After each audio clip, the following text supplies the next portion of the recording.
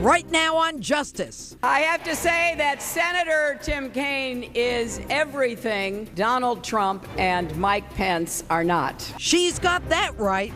Hillary makes a choice for VP that even has some Democrats scratching their heads.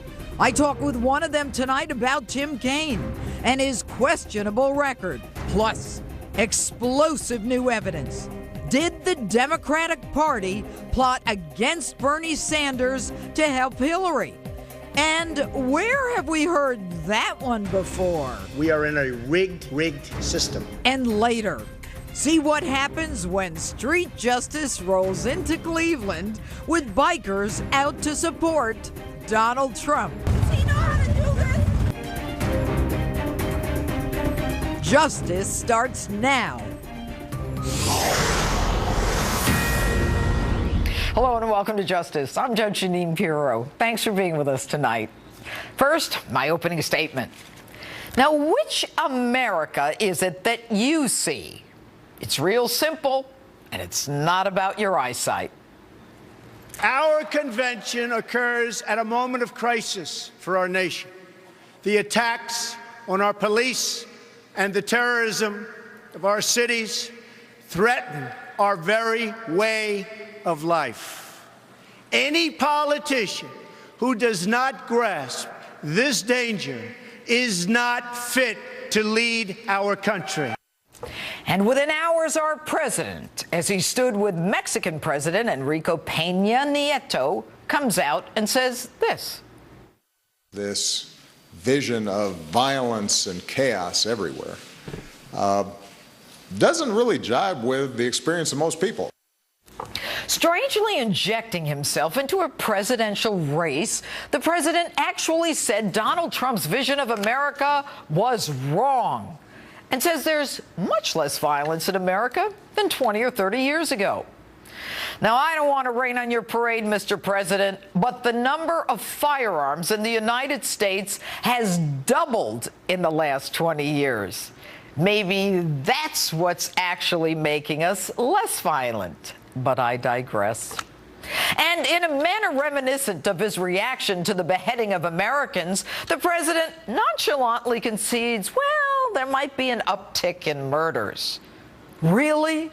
We are seeing enormous homicide increases in large cities like Milwaukee, Denver, Baltimore, St. Louis, Cleveland, Las Vegas, and even his own hometown of Chicago, where kids are so used to the report of a gun that they don't even run when they hear gunfire. So let me see if I get this straight. An uptick or a rise in murders shouldn't worry me because violent crime is not on the rise. So if I'm murdered, I should thank God that my home wasn't burglarized?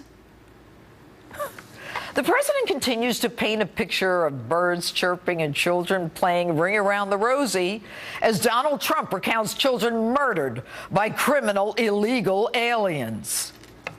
Nearly 180,000 illegal immigrants with criminal records ordered deported from our country are tonight roaming free to threaten peaceful citizens. No more.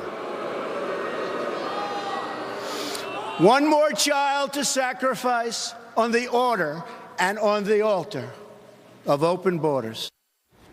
But Obama says immigration is much less a problem than how Donald Trump describes it. The rate of illegal migration into the United States today is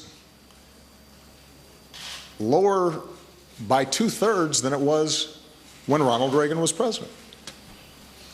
We have far fewer undocumented workers crossing the border today than we did in the 80s or the 90s or when George Bush was president.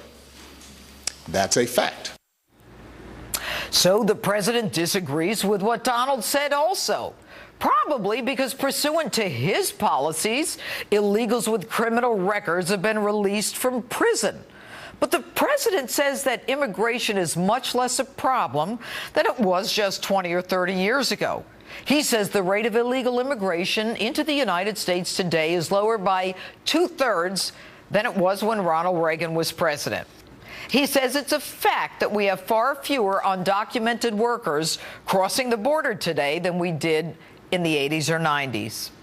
Really, Mr. President, with all due respect, how do you know? You've got Border Patrol agents changing kids' diapers during a mass influx from Central America. Agents whose hands are tied, which might explain why the National Border Patrol Council endorsed Donald Trump and not your protege. And by the way, how does one measure the number of illegals who cross our border? The ones who aren't caught can't be counted. So if the numbers are determined by those apprehended by Border Patrol, your policies and executive actions more than welcome them. You even give them a free plane ride into our towns, any town, USA. But even the United States Supreme Court had to block you when you tried to prevent the legal deportation of 4 million of them. And if the number is decided by those living here, again, how do you know? You're the one who keeps telling us that they're living in the shadows, so how are you counting them? But does Barack Obama even matter as we enter the general election period? It's really about Hillary Clinton, Tim Kaine, or Donald Trump and Mike Pence. Now, Hillary would make history as the first female president. Hillary Clinton promotes herself as an advocate for women and children, as a doer, as an experienced candidate. But Ivanka Trump made quite a different case. At my father's company, there are more female than male executives. Women are paid equally for the work that we do. My father will change the labor laws that were put in place at a time when women were not a significant portion of the workforce. And he will focus on making quality childcare affordable and accessible for all. The facts. In Hillary Clinton's family's foundation, women are not paid equally. In fact, they're paid 83 cents on the dollar that men make. And speaking of her foundation, she is notorious for taking money from countries where men have the legal right to beat their wives, where homosexual acts are punishable by death, where women are stoned for adultery. And so why is this self-proclaimed advocate for women taking the money from these countries, and what do they get in return? The true facts? While a member of the United States Senate, Hillary Clinton sponsored 363 bills. Of those, 3 became law. 3. One was a bill to name a post office. Another was a bill to rename a highway. Every bill that she sponsored for the betterment of women, for which there was always a tremendous amount of press, every one of them died. Take a look. Some effective legislator, ain't she? And that's a woman coming right out of the White House. But we should all applaud one of her successes. And that success? Senate Resolution 511 from the 109th Congress, commending and supporting Al Mahiba, the first and only radio station for the women of Iraq. Think her foundation got a check from anyone over there?